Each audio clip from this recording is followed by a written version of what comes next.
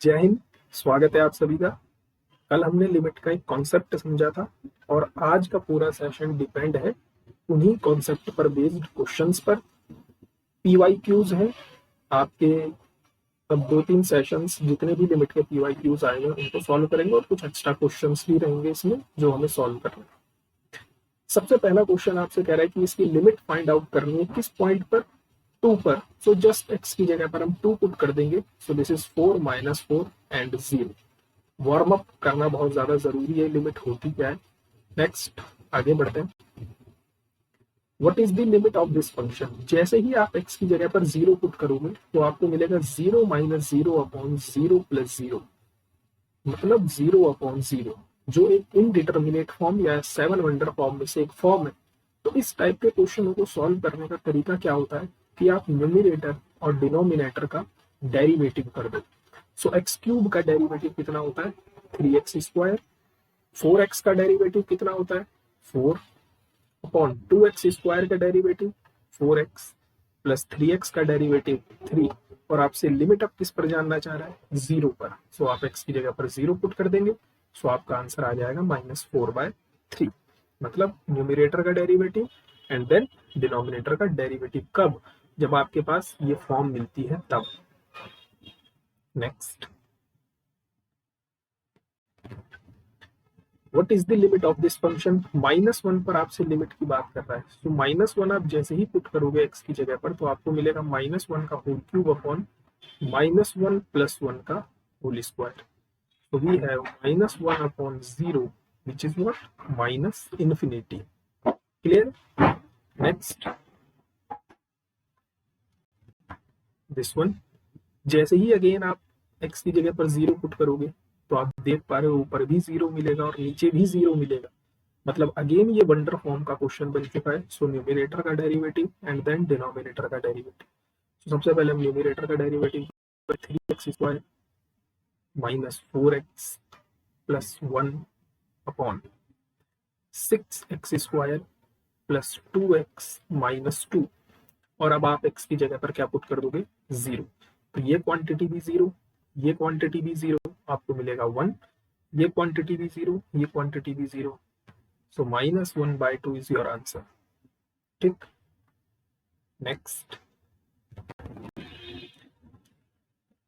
What is the value of this limit. सबसे पहले हम इस अपने क्वेश्चन को थोड़ा ढंग से लिख लेते हैं। 3x plus 2 upon x upon x plus 4 upon x. Now हम एलसीएम ले लेते हैं। So we have 3x square plus 2 upon x square plus 4। Now अब आप जैसे ही x की जगह पर 0 पुट करोगे तो आपको मिलेगा 2/4 means 1/2। So easy. Clear. Next, z tending to infinity पर बात कर रहा है। सो जैसे ही आप z की जगह पर इन्फिनिटी पुट करोगे सो आपको क्या मिलेगा, infinity by infinity format. So again क्या अप्लाई करेंगे हम, लाहपिटल रूल, या जिसको एल हॉस्पिटल रूल भी कहते हैं। सो z स्क्वायर का डेरिवेटिव 2z प्लस e की पावर 4z।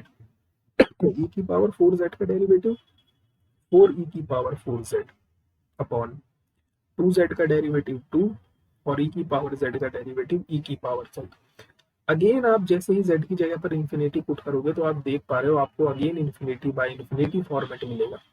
तो आपको दोबारा से डेरिवेटिव करना पड़ेगा। सो 2z का डेरिवेटिव 2 प्लस 4 कांस्टेंट है, e की पावर 4z का डेरिवेटिव 4e की पावर 4z अपॉन 2 कांस्टेंट है, इसका डेरिवेटिव 0 और इसका डेरिवेटिव माइनस e की पावर z। अगेन आप z की जगह पर इन्फिनिटी पुट करोगे तो अगेन आपको infinity by infinity he format मिलेगा। तो आपको अब दोबारा से इसका डेरिवेटिव करना पड़ेगा। सो आप ध्यान से देखो, 2 का डेरिवेटिव 0, 4 4 जा 16 तो कांस्टेंट है बाहर। देन e की पावर 4z का डेरिवेटिव अगेन 4e की power 4z upon minus e की पावर z का e की पावर z। अब इन दोनों के बेस सेम है, पावर ऊपर जाकर सब्ट्रैक्ट हो जाएगी। So we have 16 into 4 e की power 3z with minus sign. अब आप जैसे ही z इन्फिनिटी की तरफ टेंड करेगा तो e की पावर इन्फिनिटी आपको क्या दे देगा, इन्फिनिटी दे देगा। अच्छा, आपको कुछ चीजें याद रखनी है। ई की पावर माइनस इन्फिनिटी की वैल्यू 0 होती है और ई की पावर इन्फिनिटी की वैल्यू इन्फिनिटी होती है। ठीक, कुछ कुछ चीजें जो इंपॉर्टेंट है बीच बीच में वो आपसे रिकॉल करवाता रहूंगा। नेक्स्ट, जैसे ही आप W की जगह पर -4 पुट करोगे, सो वी हैव माइनस का 4 pi upon -4 square upon 16। So sine pi का मल्टीपल 0 और नीचे भी 0, सो 0/0 अगेन 7 वंडर फॉर्म में से एक फॉर्म मिल गई है। सो साइन x का डेरिवेटिव क्या होता है, cos x, cos पाई W। अब जिसको आपने x माना है उसका अलग से, so pi upon this we have 2W और 16 का डेरिवेटिव 0। अब आप इस W की जगह पर -4 पुट कर देंगे, so we have cos minus का 4 पाई अपॉन 2 इंटू -4, और cos में माइनस छोड़ देते हैं क्योंकि cos इवन फंक्शन होता है। सो cos 4 पाई की वैल्यू आपको 1 देगा। So we have pi upon -8 जो आपका आंसर हो गया। ठीक, नेक्स्ट, यहाँ से आपके PYQ शुरू हो गए। ये सब आपके अब इसके बाद जितने भी क्वेश्चन हैं वो सब प्रीवियस ईयर में पूछे हुए। एक्चुअल में क्वेश्चन जो है ये क्वेश्चन डेरिवेटिव का क्वेश्चन है, लेकिन इसको हम लिमिट के कॉन्सेप्ट से करेंगे। देन जिस टाइम पर हम डिफरेंशिएबिलिटी पढ़ेंगे उस टाइम पर भी इस क्वेश्चन को सॉल्व करेंगे। आपसे कह रहा है आपको इस फंक्शन की लिमिट फाइंड आउट करनी है एट x इक्वल्स टू 3। तो हम एक काम करते हैं, जहां जहां पर fx है fx की वैल्यू पुट करते हैं 1 upon under root 18 minus x square minus f3 पर कितनी वैल्यू देगा 1 upon under root 18 minus 9 upon यहाँ पर आपके पास क्या गिवन है बाकी x माइनस 3। अब आप ध्यान से समझो, जैसे ही आप x की जगह पर 3 पुट करोगे, क्या पुट करोगे 3, तो यहाँ भी आपको कितना मिलेगा 18 माइनस 9, यहाँ भी कितना है 18 माइनस 9, मीन्स आपका जो न्यूमिनेटर है वो तो 0 बन गया, और सेम 3 माइनस 3 आपका डिनोमिनेटर भी 0 बन गया। अब आप यहाँ पर दोबारा से लगाओगे ला हॉपिटल रूल, मतलब न्यूमिनेटर का डेरिवेटिव फिर डिनोमिनेटर का डेरिवेटिव। सबसे पहले आपको इसका डेरिवेटिव करना है। इसका डेरिवेटिव करने के लिए आप यहाँ साइड में देखो, इस चीज को मैं ऐसे लिख सकता हूँ माइनस एक्स स्क्वायर की पावर -1/2, और x की पावर n का डेरिवेटिव क्या होता है n x की पावर n-1, और फिर जिसको आपने x माना है उसका अलग से डेरिवेटिव, मतलब माइनस का 2x। तो ये हो जाएगा -1/2 18 माइनस एक्स स्क्वायर की पावर -3/2 इंटू माइनस का 2x। ये कांस्टेंट है, इसका डेरिवेटिव 0 हो जाएगा, और नीचे केवल x का डेरिवेटिव हमें मिलेगा 1। अब आप x की जगह पर 3 पुट कर दो, सो वी हैव -1/2। सो 3 3 जा 9, 18 माइनस 9 9 की power -3/2 into -2 into 3। So what we have -1/2। इस 9 को मैं लिखूंगा 3 स्क्वायर, और जो स्क्वायर आएगा उससे ये वाला स्क्वायर कैंसिल आउट हो जाएगा। सो वी हैव 3 की पावर -3 इंटू -6। सो 2 3 जा -6। So we have 3 upon 3 cube. So answer is 1 upon 9. Clear है? ये जब डेरिवेटिव हमारा आएगा तब आपको ये क्वेश्चन बहुत इजी लगेगा। एक्चुअल में ये जो फॉर्मूला आपको गिवन है, ये फॉर्मूला होता है आपका f'3 का, मतलब बेसिकली आपको इसका डेरिवेटिव करना है, देन आपको वहां पर 3 पुट कर देना। ये हम डिफरेंशिएबिलिटी में समझेंगे, फिलहाल हम लिमिट पर अपनी कमांड बनाते हैं। मॉड एक्स की चर्चा हम कर चुके हैं। मॉड एक्स का सेंटर होता है 0, और 0 के राइट हैंड साइड पे मॉड अपनी वैल्यू पॉजिटिव देता है, और लेफ्ट हैंड साइड पर मॉड अपनी वैल्यू नेगेटिव देता है। सो ये जो क्वेश्चन आपके सामने लिखा है, इस क्वेश्चन के अकॉर्डिंग यहाँ पर हमारे पास मॉड एक्स गिवन है, तो ये मॉड एक्स 0 के इस तरफ तो पॉजिटिव वैल्यू देगा, लेकिन 0 के इस तरफ यही मॉड एक्स नेगेटिव वैल्यू देगा। अब साइन ऑड फंक्शन होता है तो ये माइनस साइन बाहर आ जाएगा, तो आपका जो नंबर लाइन रिप्रेजेंटेशन बन जाएगा वो किस टाइप का बन जाएगा, माइनस का साइन एक्स अपॉन एक्स, और इस तरफ साइन एक्स अपॉन एक्स। जब भी फंक्शन ब्रेक हो जाए उस टाइम पर हम लेफ्ट हैंड लिमिट और राइट हैंड लिमिट के कॉन्सेप्ट का यूज करते हैं। अभी तक जितने भी ऊपर के क्वेश्चंस थे वहां पर फंक्शन ब्रेक नहीं था। अब यहाँ पर फंक्शन आपका जीरो पर ब्रेक हो चुका है। इसके लेफ्ट हैंड साइड में फंक्शन कुछ और है, इसके राइट हैंड साइड में फंक्शन कुछ और है। तो इस टाइम पर हम लेफ्ट हैंड और राइट हैंड का यूज करेंगे।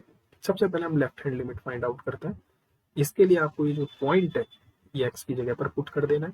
तो आपको मिलेगा साइन 0/0, मतलब 0/0, जो इनडिटर्मिनेट फॉर्म है। अगेन जब आप यहाँ पर पुट करोगे तो भी आपको क्या मिलेगा, साइन 0/0 मीन्स 0/0। सो दोनों जगह इनडिटर्मिनेट फॉर्म है, दोनों जगह हम फॉर्मूला अप्लाई करेंगे। सो माइनस साइन एक्स का डेरिवेटिव कॉस एक्स अपॉन 1, और इन द सेम वे यहाँ पर साइन एक्स का derivative cos x upon 1। Again आप क्या पुट करोगे, एक्स की जगह पर 0, तो जैसे ही यहाँ पर आप 0 पुट करोगे आपको वैल्यू मिलेगी -1, और इधर जैसे ही आप 0 पुट करोगे वैल्यू मिलेगी 1। So left hand limit is not equals to right hand limit. So function की लिमिट एग्जिस्ट नहीं करेगी। So left hand limit is not equals to right hand limit, so limit of a function does not exist. Clear? तो जब भी function break होगा हम left hand और right hand का कॉन्सेप्ट करेंगे, अदरवाइज हम सिंपल लिमिट फाइंड आउट करेंगे।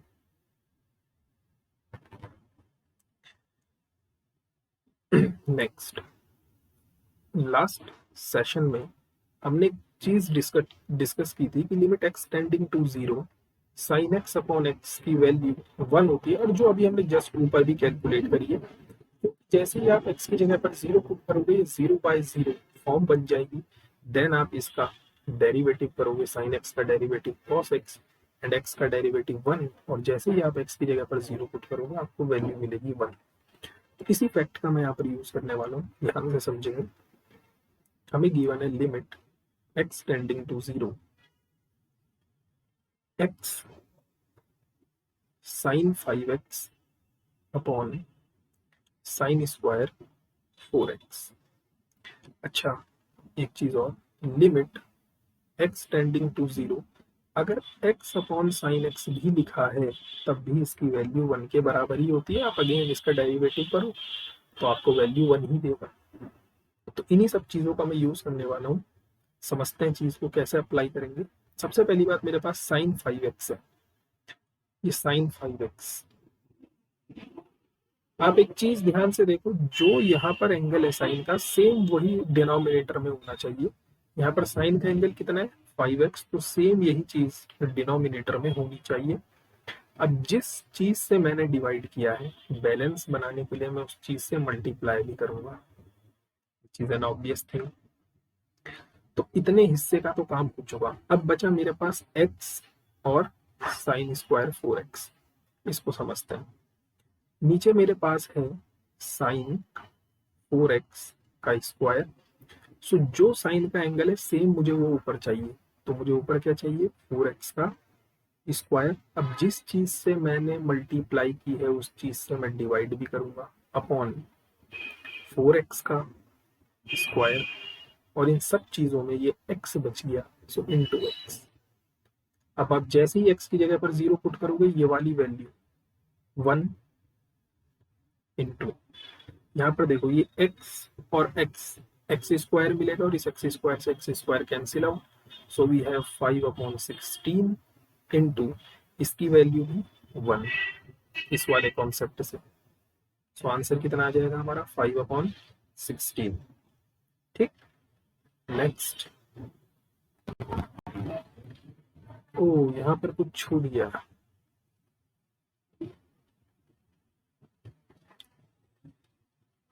Okay, done. अच्छा, जैसे ही अब आप x की जगह पर इंफिनिटी पुट करोगे तो केवल आप इस वाले हिस्से को देखो। पहले ये पूरे ब्रैकेट के ऊपर पावर है x+2, मीन्स ये क्वेश्चन कुछ ऐसा है, limit x tending to infinity x -2 upon x+2 की पावर x+2। आप केवल ब्रैकेट के अंदर वाली चीज पर अगर ध्यान दो तो limit x tending to infinity मैं ऐसा कर सकता हूँ, this is 1 - 2/x upon 1 + 2/x की पावर x+2। ऐसा क्यों करा है, क्योंकि जैसे ही अब मैं x की जगह पर इन्फिनिटी पुट करूंगा सो 2/इन्फिनिटी 0 मिल जाएगा, और यहाँ पर भी 2/इन्फिनिटी 0। सो बेसिकली अंदर मेरे पास बचेगा केवल 1, और इसकी पावर इन्फिनिटी, जो एक 7 वंडर फॉर्म में से एक है। जब भी हमारे पास 1 की पावर इन्फिनिटी केस मिलता है, ये इंपॉर्टेंट है, तो हम इस टाइप के क्वेश्चनों पर डेरिवेटिव यूज नहीं करते। हम क्या करेंगे, ध्यान से समझो। जो भी हमें लिमिट फाइंड आउट करनी है, इसको हम ई की पावर में ले जाएंगे। ई की power limit x tends to infinity, जो भी ब्रैकेट के अंदर है, ब्रैकेट के अंदर क्या है, एक्स माइनस 2/x+2। इसमें से आप 1 को सब्ट्रैक्ट करोगे। सबसे पहली बात, जब भी आपको 1 की पावर इन्फिनिटी फॉर्मेट मिलेगा, आपको जिसकी भी लिमिट फाइंड आउट करनी है उसको आप ई की पावर में लेकर जाओगे, या हम ई की पावर में लेकर चलेंगे। जो भी ब्रैकेट के अंदर है उसमें से 1 को सब्ट्रैक्ट करेंगे, और जो पावर है वो पावर मल्टीप्लाई मिल जाएगी x+2।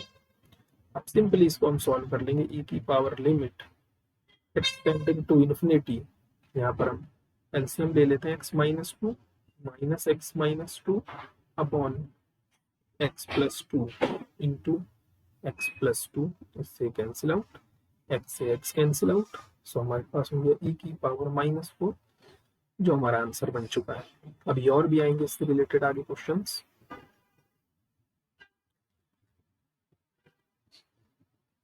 गलती से भी आंसर 1 पे टिक मत मार देना, ध्यान से देखो, लिमिट इन्फिनिटी के पास जा रही है।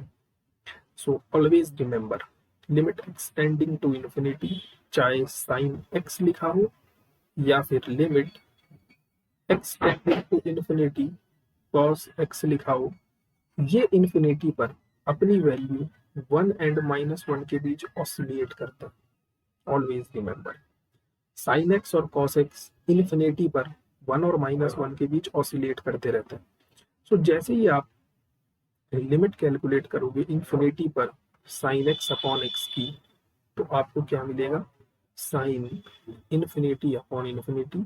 ऊपर वाली क्वांटिटी 1 और -1 के बीच ऑसिलेट कर रही है, मतलब फाइनाइट नंबर्स के बीच में, और समथिंग अपॉन इन्फिनिटी इज 0।